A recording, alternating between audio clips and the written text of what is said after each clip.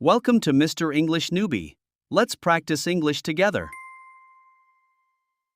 I want you to think about a word, like an English word that you learned last week. Oh, yeah, that's a good place to start. Right. Maybe you found it in an article or, I don't know, someone used it in a meeting and you thought, oh, I need to know that. You probably studied it diligently. You might have written it down on a sticky note, looked up the exact definition, and repeated it to yourself like 5 or 10 times until you were, absolutely positive it was locked securely inside your brain. Right. You get that little surge of accomplishment. Exactly. You Yeah. got that scenario in your head. Okay. So now tell me, what was that word? Yeah, try to recall it. Right now, without looking at your notes, without, scrolling back through your language app, just pull it up. It's harder than it sounds. It is. I'm willing to bet that for a lot of you listening right now, there is just nothing there. Yeah. Just a frustrating, hollow, blank space. Like you can almost feel the ghost of the word, but you can't actually say it. It's infuriating, isn't it?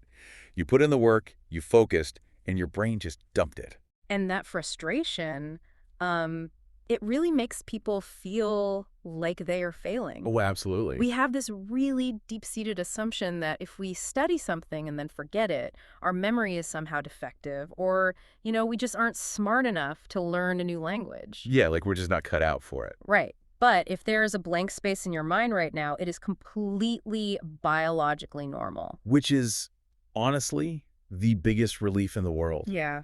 If that word is just gone, as if it was never there to begin with, I need to assure you of something right off the bat. Your memory is not broken. No, not at all. The problem isn't you. The problem is the method you've been using to put words into your brain. Exactly. Traditional education systems just fundamentally misunderstand how human memory actually operates. Right. They treat the brain like a filing cabinet, like you just put the paper in the folder and it stays there. Yeah, safe and sound. But the brain is not a passive storage device. Forgetting is not a malfunction. It is a highly evolved survival feature. Okay, let's unpack this because our deep dive into these sources today is going to completely dismantle that standard approach to memorization. It really does. We are looking at the deep science of forgetting. But to rewrite the method we use to learn new vocabulary, we first have to understand what we're up against.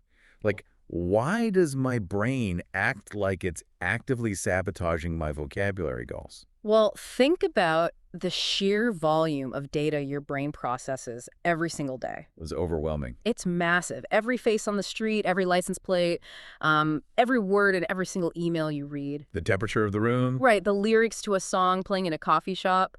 If your brain retained all of that, you would just be paralyzed by cognitive overload. Wow, yeah. So it acts as a hyper-aggressive spam filter. It is biologically designed to delete information immediately unless it is given a very specific reason to keep it. Okay, so it's not that I have a bad memory. It's that my brain's spam filter is working perfectly, and it just categorized my new vocabulary word as, junk mail. Precisely.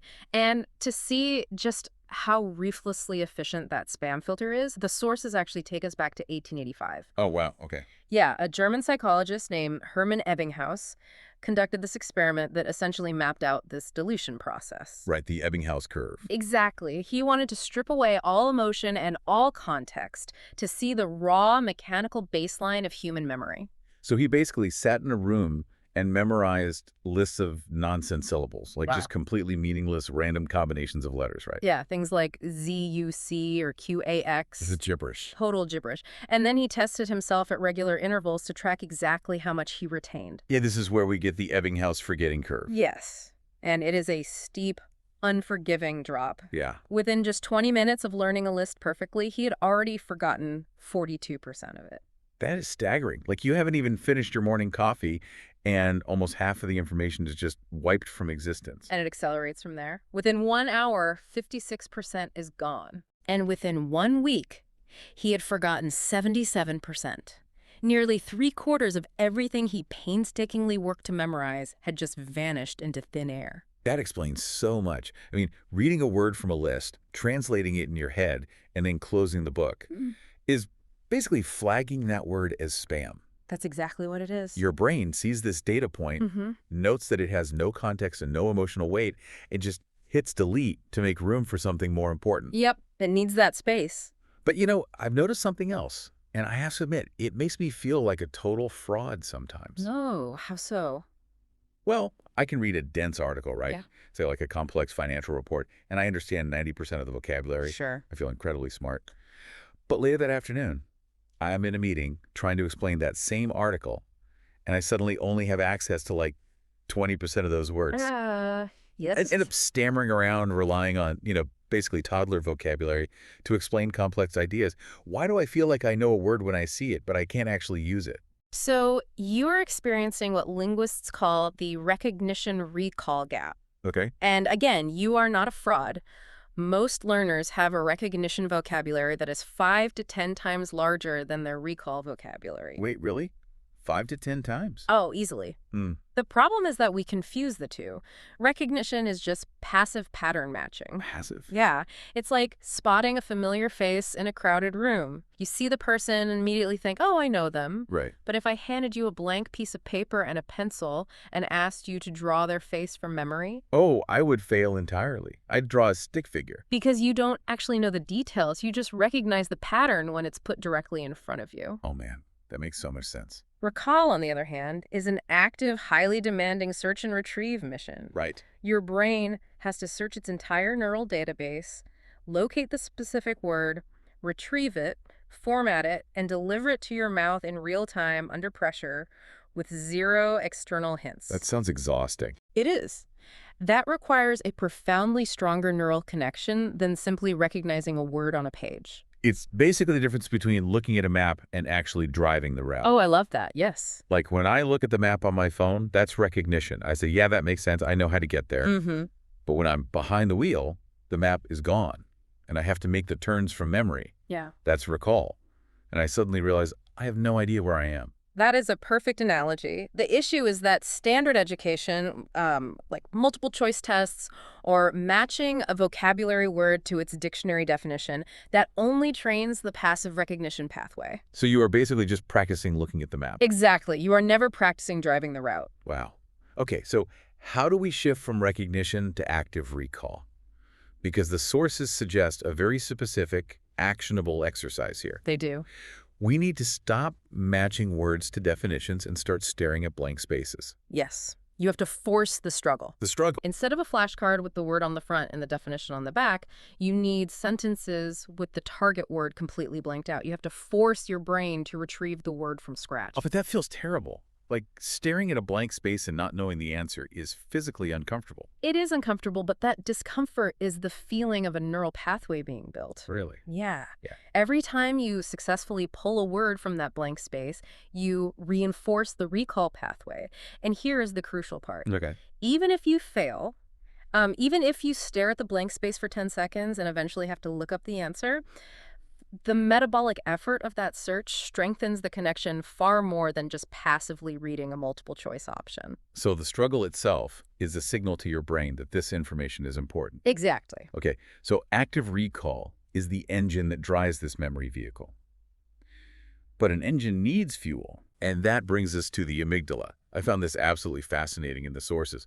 Why is it that I can learn a word like heartbreak once and remember it forever, but I have to look up the word stapler like 5 times a week? Well, it all comes down to biology. The amygdala is the emotional center of your brain. Okay. You can think of it as a neon highlighter.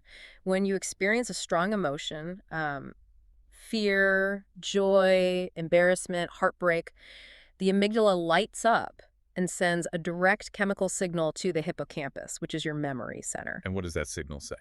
It tells the hippocampus, this event matters, store this permanently. So emotionally charged data is physically encoded differently than neutral data. Yes, it is. It becomes highly resistant to the forgetting curve. Wow. Because the brain prioritizes survival, right? Yeah. And survival depends on remembering what hurt us, what helped us, and what matters to our social standing. And a stapler does not matter to your survival. Exactly. A stapler is just a stapler. Or, to use a corporate example, words like synergy or benchmark. Oh, yeah. These are just emotionally barren. The brain treats them like the ultimate junk mail. It sees no identity, no feeling, no reality attached to them. The sources refer to this as the identity problem. The identity problem. Yeah, your brain actively rejects vocabulary that feels abstract or disconnected from your daily reality. That makes total sense. It prioritizes language that helps you express who you actually are.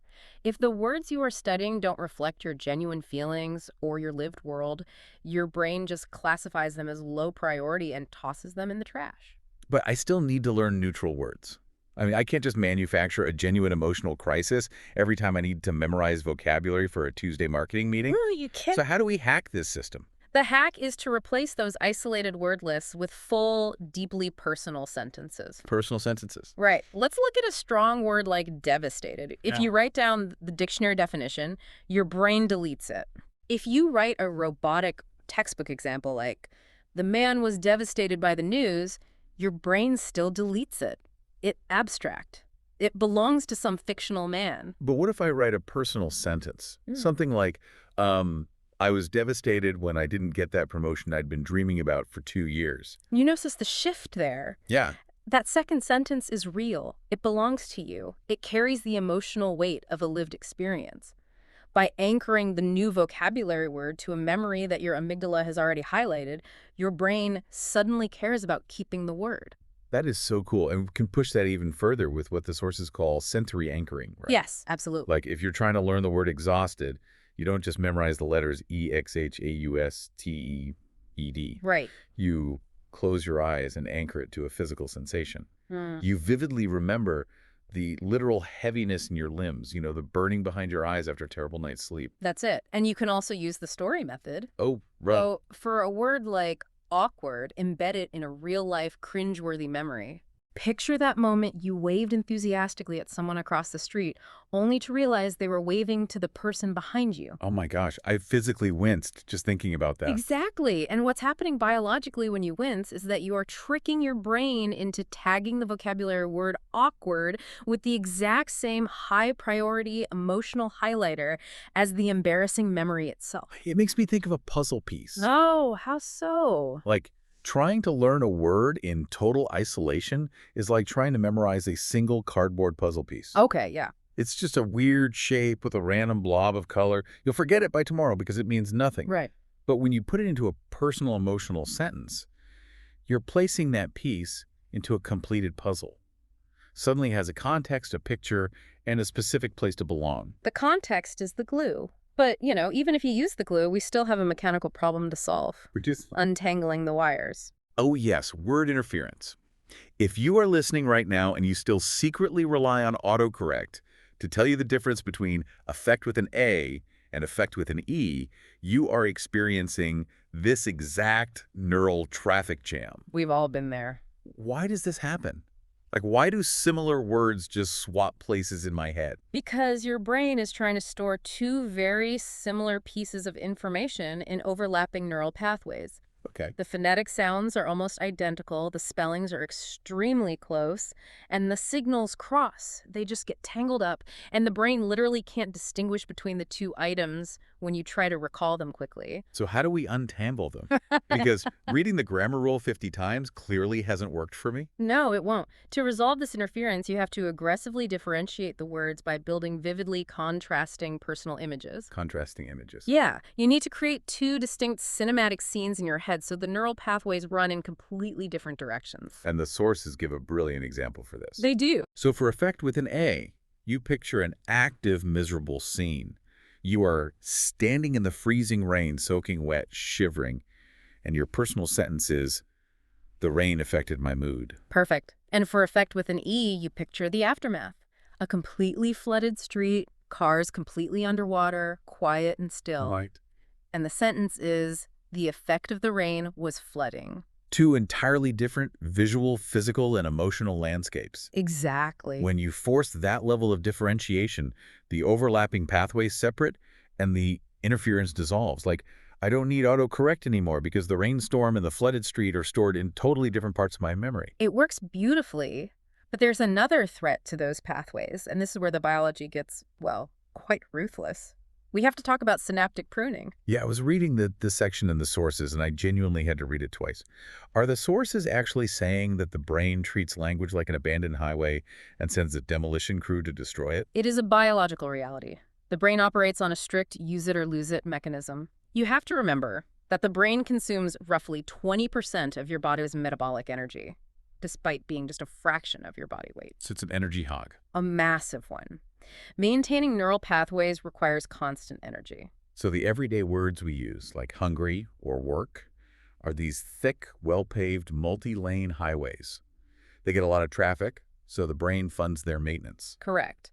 But a complex niche word you learn once for a test, let's say a word like ameliorate, is just a dirt road. A dirt road. Yeah, and if no traffic drives on that dirt road, the brain is not going to waste precious metabolic energy maintaining it. Right, why would it? Exactly. The brain is not sentimental. If a pathway isn't being actively fired, it assumes the information is obsolete. It literally sends in enzymes to prune those synapses and reclaim the energy. Wait, my brain is actively dismantling my vocabulary. Yes. That feels incredibly counterproductive. Am I just doomed to lose every new word I learn unless I use it every single day? How do I signal to the demolition crew that I actually need that dirt road? You have to send a do not prune signal. Okay, how? And the most effective way to do that is to drive on the road immediately. You need to use the new word within 24 hours of learning it. Within 24 hours. Send it in a text message, write it in a journal entry, or honestly, just say it out loud to yourself while making dinner. So I just need to create artificial traffic. Yes. The specific context matters way less than the physical act of firing the neural pathway. Oh, really? Yeah.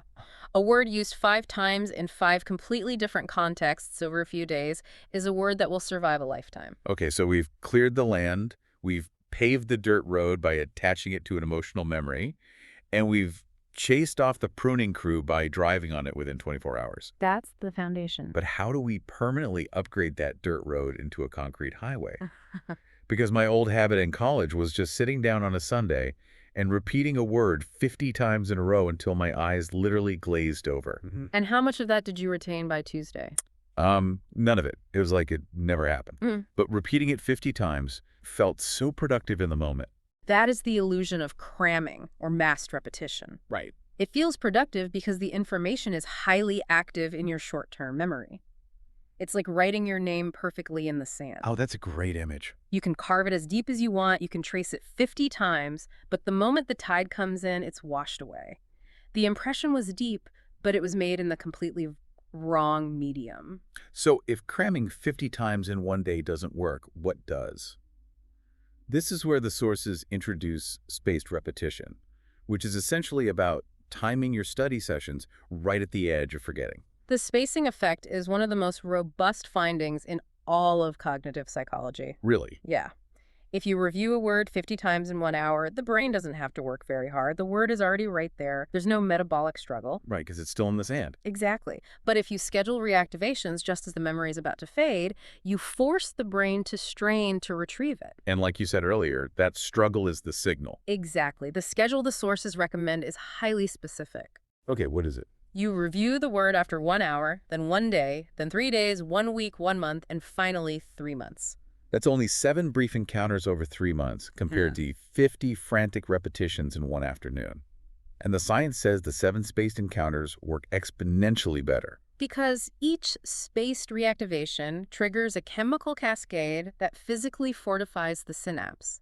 It slowly moves the memory from the sand to the stone. But here's the catch, and this is the piece everyone ignores while they're, chugging energy drinks at midnight trying to learn a language. Oh, yeah. That transfer from sand to stone doesn't actually happen while you're awake, does it? No, it doesn't. And this is arguably the most vital mechanism for memory consolidation. Okay. During the day, all those new vocabulary words, the personal sentences, the contrasting images, they are all held in a fragile, temporary holding area called the hippocampus. So the hippocampus is like the temporary RAM on your computer. Perfect comparison. It holds the browser tabs open, but it hasn't actually saved the document to the hard drive yet.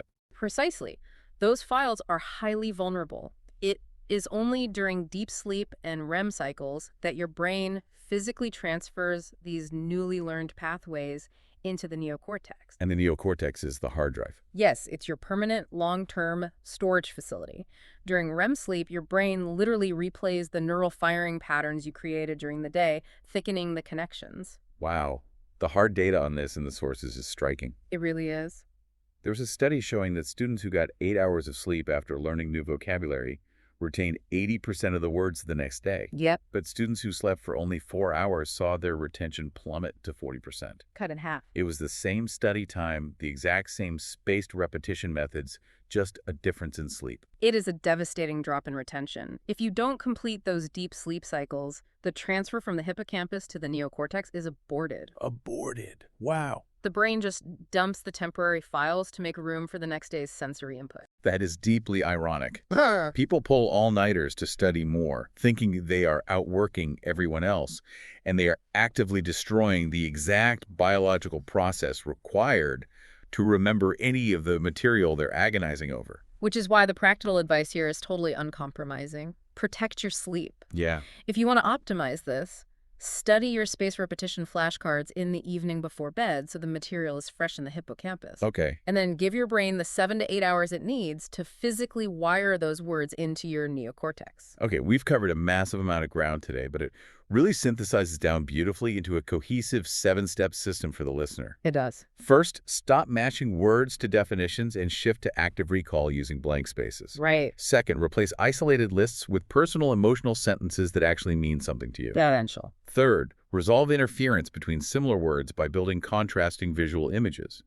Fourth, use the new word immediately within 24 hours to create traffic and stop the synaptic pruning shears. Save the dirt road. Save the dirt road. Fifth, stop cramming and use spaced repetition intervals. Sixth, protect your sleep to lock in the consolidation from the hippocampus to the neocortex. Yes. And seventh, prioritize vocabulary that aligns with your actual identity and reality. And, if there is an overarching message from all of this research, it is one of profound reassurance. Yeah. The listener's brain is an extraordinary, highly efficient machine. The cognitive suitcase isn't broken. We just have to stop frantically stuffing it with abstract, disconnected junk data and hoping it somehow manages to zip shut. It responds to meaning. Exactly. Which brings up a thought I just can't shake as we wrap this up. We started by talking about how the brain acts as a ruthless filter, right? Aggressively deleting anything that lacks genuine emotional resonance or personal truth. Right.